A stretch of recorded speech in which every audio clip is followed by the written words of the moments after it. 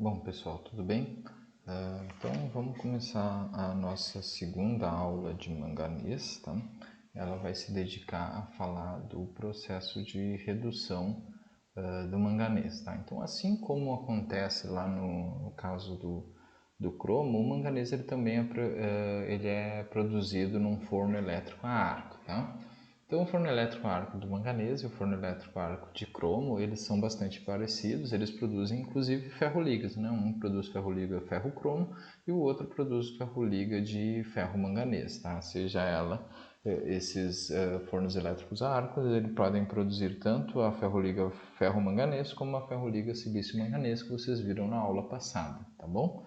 Então, a gente vai ver aqui alguns detalhes sobre o forno, tá? Eu não gosto muito de utilizar esse recurso de colocar uma figurinha aqui, mas eu preciso utilizar ele nesse momento porque eu perderia muito tempo desenhando e o meu desenho não ia ficar tão bom quanto esse aqui, tá? Então esse é um diagrama de um forno elétrico, tá? Eu vou dividir as partes, então a gente, assim como no forno elétrico a arco submerso de cromo, a gente também tem aqui os eletrodos para o manganês, né? Eletrodo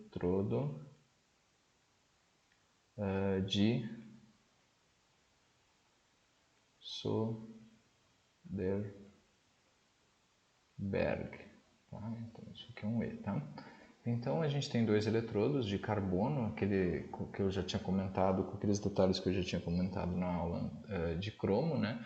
Que esses eletrodos eles são formados a partir de uma pasta de carbono, conforme essa pasta é aquecida ainda dentro do invólucro metálico aqui, tá? Da estrutura, ela vai sendo aquecida e essa pasta endurece. Então é um eletrodo que eu não preciso parar para trocar ele. Conforme ele é consumido, quebrado aqui embaixo, eu consigo repor ele aqui em cima e empurrando como se fosse um batom, tá? Profundo da carga, tá? Então ele é submerso na carga, por isso que é o forno elétrico a arco submerso, tá? Da mesma maneira que os fornos de cromo, tá? E aí aqui na parte 2 nós temos, ali no item 2, nós temos a nossa carcaça de aço. Então esse aqui está desenhado, então aqui é a carcaça de aço, tá? Ela é representada por essa linha preta mais grosseira aqui em volta do forno, tá? E essa carcaça de aço, ela ela vai recobrir o revestimento de tijolo refratário, que é essa parte mais interior aqui, apontada pelo número 8, né? O revestimento de tijolo refratário. E aqui mais em contato com a carga, esse tijolo refratário aqui é só um revestimento de segurança, caso o nosso revestimento de trabalho, que é o número 4 aqui, que é os nossos refratários de carbono, tá? Se esse refratários de carbono, tá? Se esses refratários de carbono de alguma maneira eles são consumidos, se eles falham em serviço, aquele refratário esse revestimento de tijolo refratário ele vem para proteger a nossa carcaça aqui, tá? Que o resultado disso aqui é que se o material entrar em contato, né, o material de dentro do forno entra em contato com a carcaça de aço, pode ocorrer de fundir o aço e acabar resultando numa coisa que é indesejada, do material verter para fora do forno, fora da zona de vazamento, tá? Que não é adequado. Aí no item 3 aqui, eu vou fazer algumas observações, então vou colocar em verde aqui, o nosso item 3 é a carga. Tá? Então a gente tem uma porção de carga sólida. Então quando o material entra no forno, ele está sólido, ele percorre um caminho até a parte inferior do forno, onde a gente tem essa parte em verde aqui. Essa parte em verde eu vou acabar escrevendo ela em vermelho, que é a zona do leito de coque.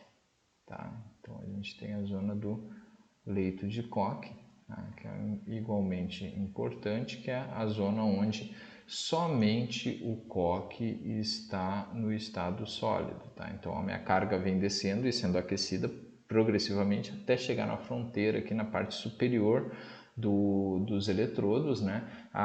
O mesmo princípio ocorre aqui, os eletrodos eles geram o calor necessário para fundir a carga, esse calor vai sendo dissipado e aquecendo a carga no superior, e aqui a carga é fundida e como só o coque tem uma temperatura de fusão alta o suficiente, é só ele que fica no estado sólido aqui, formando os óxidos de manganês e de outros metais aqui presentes, eles acabam ficando no estado sólido até aqui e eles acabam fundindo, produzindo uma escória. Então aqui nós temos uma escória que vai resultar na redução e a produção do nosso metal aqui. Então aqui no item 6 aqui a gente vai ter o nosso metal líquido.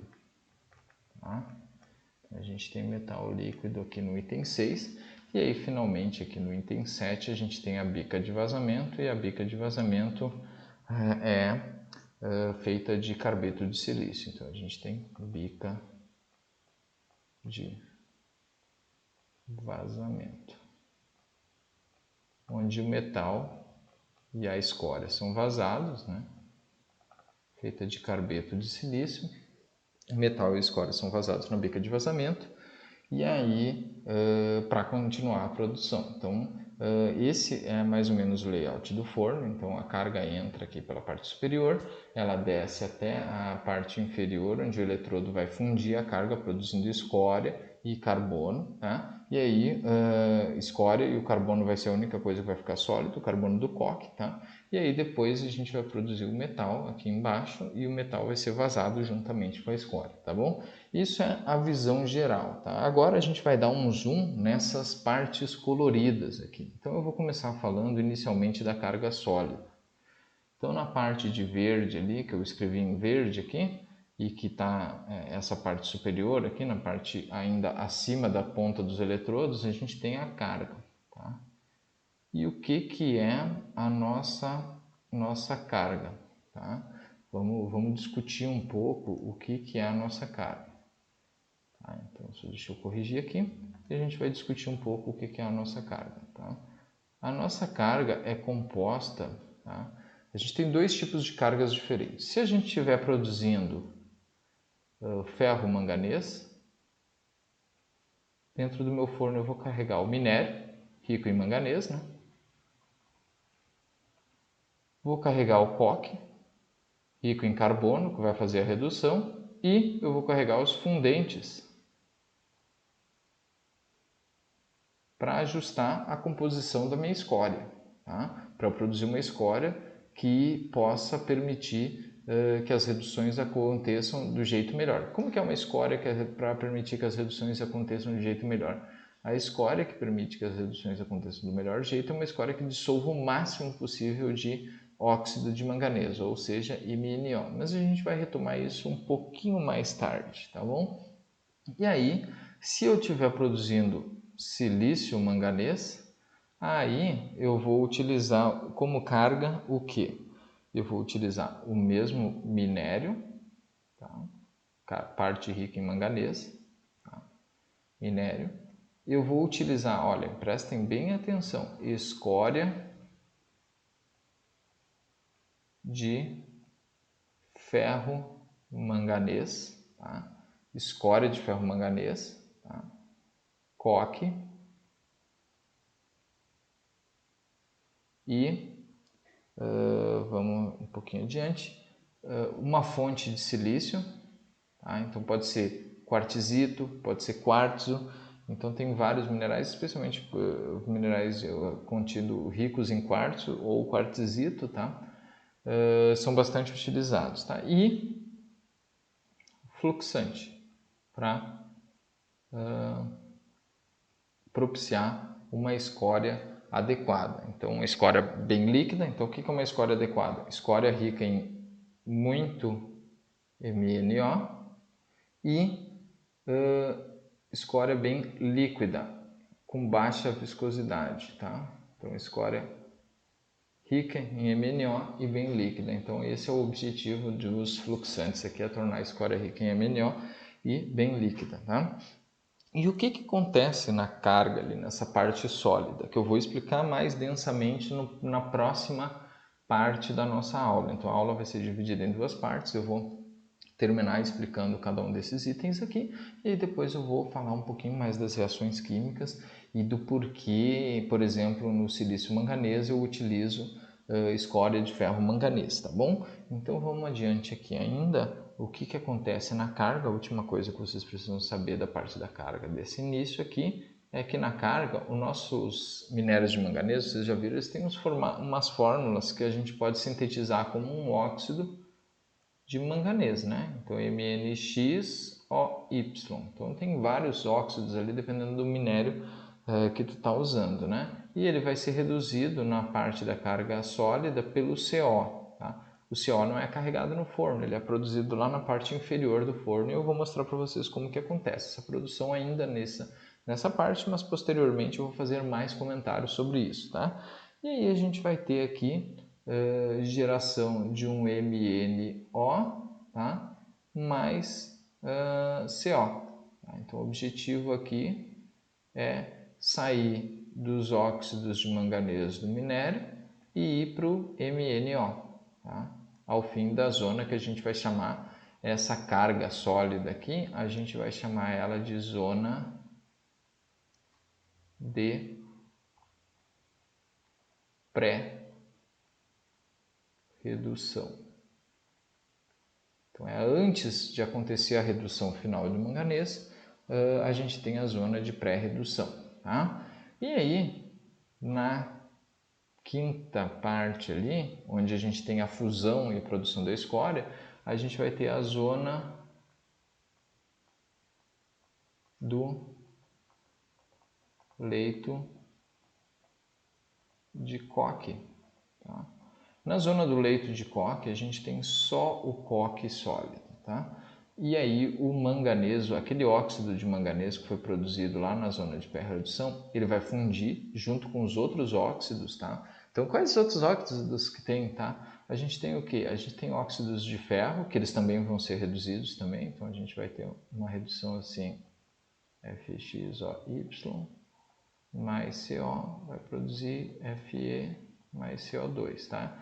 Então, os óxidos de ferro vão ser reduzidos, mas a gente tem outros óxidos que não são totalmente, ou eles não são reduzidos. Por exemplo, a Al2O3 aqui, ele não é reduzido, tá?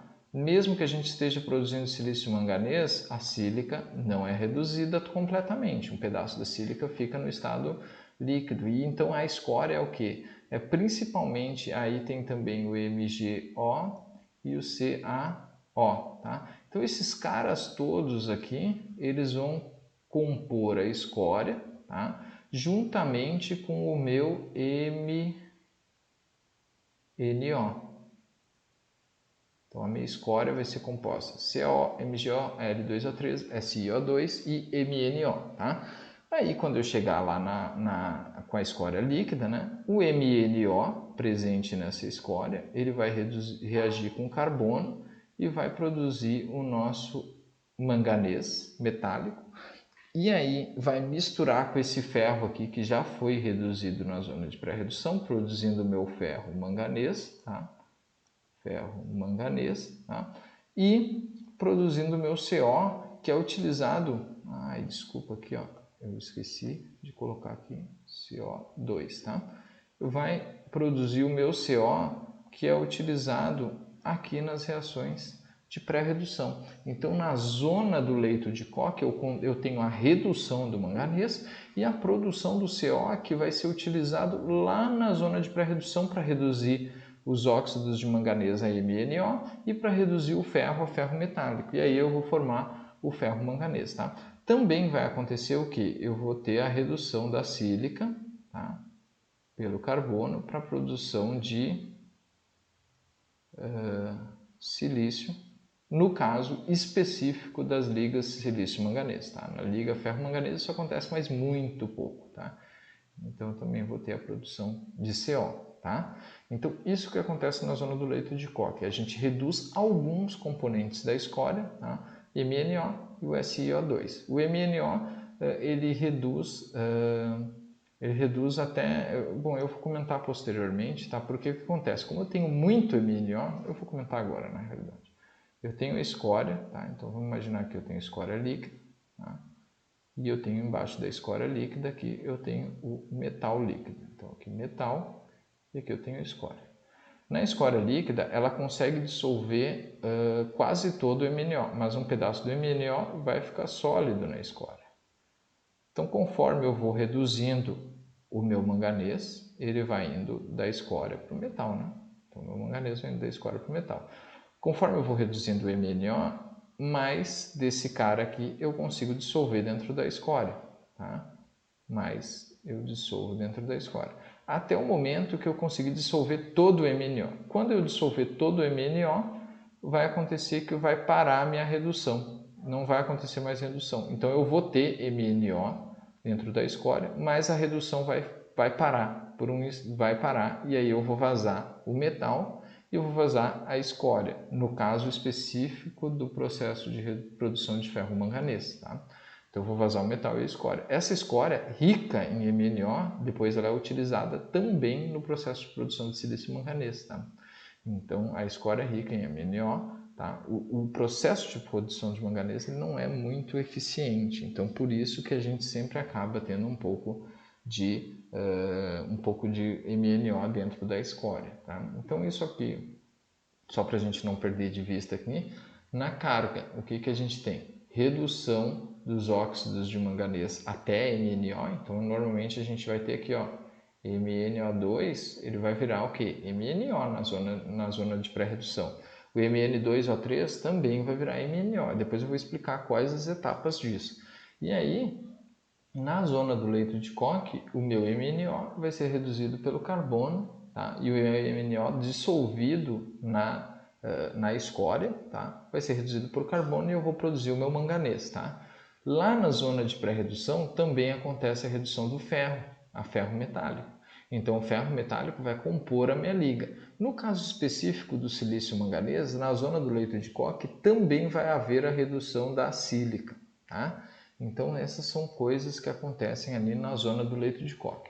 Já no metal, o que vai sobrar lá no metal? Vai sobrar só o carbono que não foi utilizado nessas reações aqui e acabou não participando das reações. Então no metal líquido, eu vou escrever aqui, tá? O metal líquido. O que vai ocorrer no metal líquido? No metal líquido, o meu carbono, que está sólido, tá? Ele vai ser dissolvido no metal, na liga, tá? Então aqueles 7% lá de carbono presente no ferro manganês é produto dessa dissolução aqui, tá bom? Então essa é a primeira parte, tá? Aqui eu expliquei para vocês um diagrama geral do forno, expliquei brevemente como acontece nas duas zonas, a zona de pré-redução e a zona do leito de Koch, tá? E depois agora a gente vai entrar numa segunda parte que a gente vai abordar especificamente as reações que acontecem em cada uma das zonas para vocês entenderem o que acontece, tá? E o que cada constituinte da carga vai promover no nosso material, tá bom? Então, por enquanto, eu vou parar agora o vídeo para fazer um corte e abordar especificamente só a zona de pré-redução, desculpa, só as reações, tá bom? Então, já a gente continua. Bom, pessoal, vamos prosseguir então aqui, tá? Eu vou fazer o uso de outra figurinha aqui, e aí a gente tem aqui, ó, a zona de pré-redução, tá? E a zona do leito de Koch e o metal, tá? Aqui a gente tem o eletrodo Soderberg, tá? Que eu separei aqui o corte de um eletrodo para a gente descrever quais reações acontecem, quando e por quê, tá? Então, como a orientação dessa figura está dessa forma, eu vou escrever as reações nessa direção aqui, de acordo com a altura do que elas vão acontecendo. Então, se a gente tem um minério de manganês altamente oxidado, então na parte superior, em temperaturas mais baixas, tá? a gente vai ter a seguinte reação acontecendo, tá? A gente vai ter a reação assim, ó. Se a gente tem um minério altamente oxidado, a gente vai ter MnO2, tá? Mais o CO, que é produzido, lembrem, aqui na zona do leito de Koch, tá? E ele vai gerar aqui para nós um Mn2O3 mais CO2, tá? Então isso aqui é uma reação exotérmica, ela libera calor e ela ajuda a aquecer a nossa carga, tá? Isso aqui não está balanceado, então se vocês quiserem vocês façam o balanço, eu só estou falando o fenômeno que acontece aqui, tá? Junto disso, na parte superior, a gente tem, ó, nos nossos fluxantes, tá? Só um detalhe aqui, lá nos fluxantes, nos matérias-primas, tá? Que eu uso, a gente tem 3 fluxantes diferentes que podem ser usados, tá? A gente pode usar magnesita, MgCO3, a gente pode usar calcário e a gente pode usar dolomita, que é um carbonato misto de, desculpa aqui é Mg, tá? De magnésio e cálcio, tá? Então a gente tem aqui MgCaCO3, tá? Mas independente do que aconteça, tá? Na parte superior vai acontecer a decomposição do nosso MgCO3, tá? A partir do momento que eu aqueço ele, vai acontecer a geração de CO2 e MgO. Tá? Então ele vai se decompor, ele vai ser calcinado. O nome desse processo aqui de decomposição de carbonatos é calcinação. E aí eu vou produzir o MgO. Tá? Além disso, na parte superior, tá? Essa reação aqui endotérmica, ela precisa do calor, então ela absorve o calor da carga. Esse negócio de absorver e liberar calor, vocês vão entender por que eu estou falando disso mais posteriormente. Tá? E também vai acontecer a evaporação de alguma umidade que tiver na minha carga. Então eu vou gerar H2O gasoso, tá bom? Então, mais abaixo, tá? Conforme a temperatura vai subindo, tá? Eu vou ter também a redução do Mn2O3, também com o CO, para produzir Mn3O4 mais CO2. Então eu sigo decompondo. Lembra? A gente tinha MnO2, agora a gente já tem Mn2O3, tá?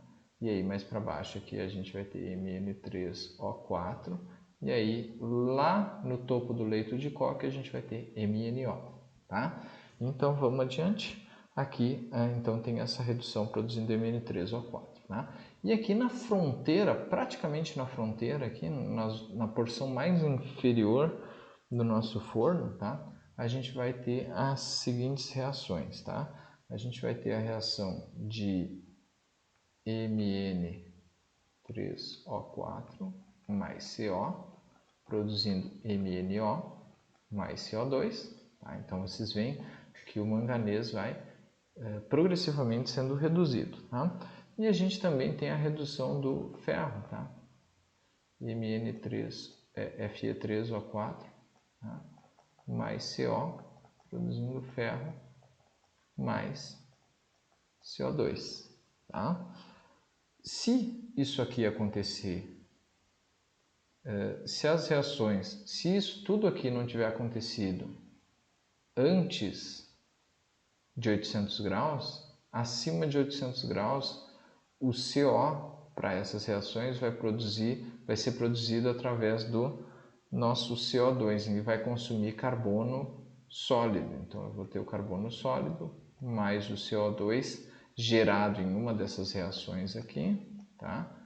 E eu vou produzir mais CO, tá? Por que isso aqui é indesejado? Porque essa reação aqui é uma reação endotérmica. Lembrem, as reações de azul são reações endotérmicas, reações de vermelho, reações isotérmicas. Então, se essas duas reações aqui Essas outras todas aqui normalmente acontecem, tá? Tradicionalmente a temperatura delas acontece abaixo de 800 graus, tá? Essas aqui podem acontecer acima ou abaixo, tá? Depende de cinética química. Se elas acontecerem acima de 800 graus, o CO gerado para essas reações, desculpa, aqui em cima não acontece a geração desse CO, tá? O CO gerado para essas reações, ele é gerado através dessa reação aqui. E isso é fundamental por quê? Porque isso vai resultar num consumo de energia, tá? Reações em azul consomem energia, e num consumo de coque. Olha quem são os reagentes aqui, o coque é um dos reagentes, tá bom? Então é muito importante que essas reações aconteçam a 800 graus. Então, para a questão de consumo energético do forno, tá bom? Então, esse é um adendo importante que eu estou fazendo para vocês têm que observar isso, tá? Chegamos agora na fronteira aqui entre a zona do leito de coque e a zona de pré-redução. Tudo isso aqui acontece na zona de pré-redução. A zona mais importante, tá? Que é a zona que vai determinar quanto de energia a gente vai consumir. Tudo isso por causa dessa reação aqui, tá? Agora na zona de leito de coque, tudo que acontece é endotérmico, tá bom? Então na zona do leito de coque a gente vai ter o quê? O nosso MNO, que foi para a escória, lembra? Todo mundo aqui. O nosso MgCO3. Eu me esqueci de uma outra reação aqui, que acontece na parte inferior também aqui. Tá? Ainda na zona de pré-redução, a gente também tem o CaCO3 sendo decomposto a CaO mais CO2. Tá? Então, nessa parte inferior aqui, a gente tem a geração de CO2, tá? E o consumo por causa da adição dos nossos fluxantes, tá bom? Então, chegado aqui, todos os minerais de ganga que não reduzem, tá? Então, se eu tiver aqui alguma alumina, né? Se eu tiver Al2O3, se eu tiver SO2, se eu tiver, vamos ver, eu já tenho com certeza CaO e eu tenho MgO, né, na minha carga. Então, todos esses caras aqui, eles vão para a escória, tá? Junto com quem? Junto com o MnO, tá? E aí, a escória líquida, feita de todos esses caras aqui, tá? Vai entrar em contato com carbono sólido. E o que vai acontecer? O primeiro cara a reduzir vai ser o MnO, tá? E aí eu vou produzir o Mn mais o nosso CO. Que CO que é esse aqui? O CO que está aqui é o CO que vai ser envolvido nessa reação, nessa reação, nessa reação, nessa reação. Então, se eu perguntar para vocês, onde que é gerado o CO para as reações que ocorrem na zona de pré-redução? O CO ele é gerado aqui na nossa zona do leito de coque através da redução do MnO. Tá? Depois que o MnO reduziu até, lembra que eu falei para vocês lá que a gente tem a escória, a gente tem uma fase aqui, escória, e embaixo da escória aqui a gente vai ter o metal, então a gente tem metal, escória, e a gente vai ter um sólido, que não vai conseguir dissolver todo na escória, esse sólido é o MnO. Tá? A partir do momento que conforme eu vou reduzindo o manganês sai daqui, o MnO sai daqui e vem para cá, né? Sai daqui na forma de MnO e ele vem para cá na forma de manganês, tá? E aí libera o CO lá para cima. Conforme eu vou reduzindo o MnO, mais desse cara aqui vai sendo consumido. Então, mais eu vou consumindo esse cara. Até o momento que eu consumir todo ele. Tá? Quando eu consumir todo ele, a reação vai parar. E aí todo o MnO que ficou dissolvido aqui, sem o excesso, vai ser perdido, no caso da produção de silício manganês. Quando todo o MnO foi dissolvido na produção do silício manganês, tá? Quando todo o MnO foi dissolvido na produção do silício manganês, a gente vai ter o que? A redução da sílica. Tá? Então é SiO2 mais carbono vai gerar silício mais CO. Tá? E aí eu vou ter a minha produção de silício manganês. No caso da produção de ferro manganês, eu também vou todo o MnO que ficou aqui na escória, depois que parou de dissolver o MnO sólido, ele vai ficar na escória. Mas eu vou utilizar essa escória para a produção de silício manganês, então eu não vou perder esse MnO. Mas no caso do ferro manganês, essa segunda reação não acontece. Lá no metal, eu tenho uma outra reação acontecendo. Vou retratar aqui em cinza, tá?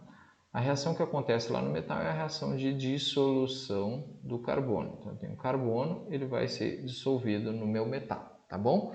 E aí, uma última coisa que eu quero falar para vocês para fechar é o porquê que eu uso a escória do ferro manganês na produção de silício manganês, tá? O que acontece? Tem um cara que eu não falo aqui no sistema, tá? Que é o nosso fósforo. Tá? Então, o fósforo, todo fósforo que eu carrego dentro do forno, ele vai ir para o metal. Então, ele vai parar nessa fase metálica. Então, o fósforo vai para o metal. Tá? Então, quando eu produzo o silício manganês, tá? O silício manganês ele é mais caro e ele normalmente tem menos carbono e ele é utilizado para aços muito mais nobres. Tá? Significa o quê? Eu tenho menos ainda possibilidade de entregar um silício manganês com alta quantidade de fósforo. Então, se lá no processo de produção de ferro manganês eu tinha todo o fósforo indo para o metal, então todo o fósforo ia com o metal, significa que a escória não tem nada de fósforo, né? Então a escória tem nada de fósforo. Quando eu uso essa escória para a produção de silício manganês, a escória ela não vai sofrer nenhuma dessas reduções aqui, porque a escória já está na forma de MnO. Lembra? MnO mais todos esses caras aqui. Porque isso já aconteceu no processo, ela já passou pelo processo de produção de ferro manganês. Então ela é extremamente, embora ela tenha os óxidos de outros metais, tá? que nem a escória normal, ela não tem nada de fósforo. Então ela me ajuda a produzir um metal com pouco fósforo. E ela me ajuda a utilizar um rejeito, tá? Porque no fim das contas a escória de ferro manganês ela não tem muito destino, né? Então ela me ajuda a usar uma coisa que não tem muito destino, tá? Já a escória de silício, de ferro silício, ela não é, desculpa, de silício manganês, ela não é utilizada depois na própria produção de silício manganês, tá? Então, esses são os adendos que eu tinha para dar para vocês. Acredito que é isso que vocês precisam saber de redução de manganês, tá? Esse tópico é um tópico que eu acho fundamental, primeiro porque a gente está em Corumbá, a gente tem produção de manganês aqui. Eu sei que o processo ele não é um processo tão simples de entender, porque ele tem muita coisa acontecendo ao mesmo tempo, tá? E a visão global ele tem muito detalhe e tal. Tá? Casualmente é o processo que eu acabei estudando um pouco mais, né? Eu fui um pouco mais adiante, eu acabei fazendo meu doutorado nesse assunto. E é um processo bem interessante e importante que vocês saibam, afinal é possível que vocês acabem, possam trabalhar numa empresa de produção que a gente tem aqui nas redondezas da cidade, entendeu? Para produzir ferroligas. Então é bastante interessante que vocês conheçam o processo e saibam dos detalhes do processo, tá? Então isso aqui é mais ou menos uma ideia geral de como acontece. Eu espero que vocês tenham entendido. Se não tiver entendido, vocês têm que procurar para sanar dúvidas, porque eu vou cobrar bastante nesse caso aí, tá bom? Então eu acho que era isso e tchau, tchau.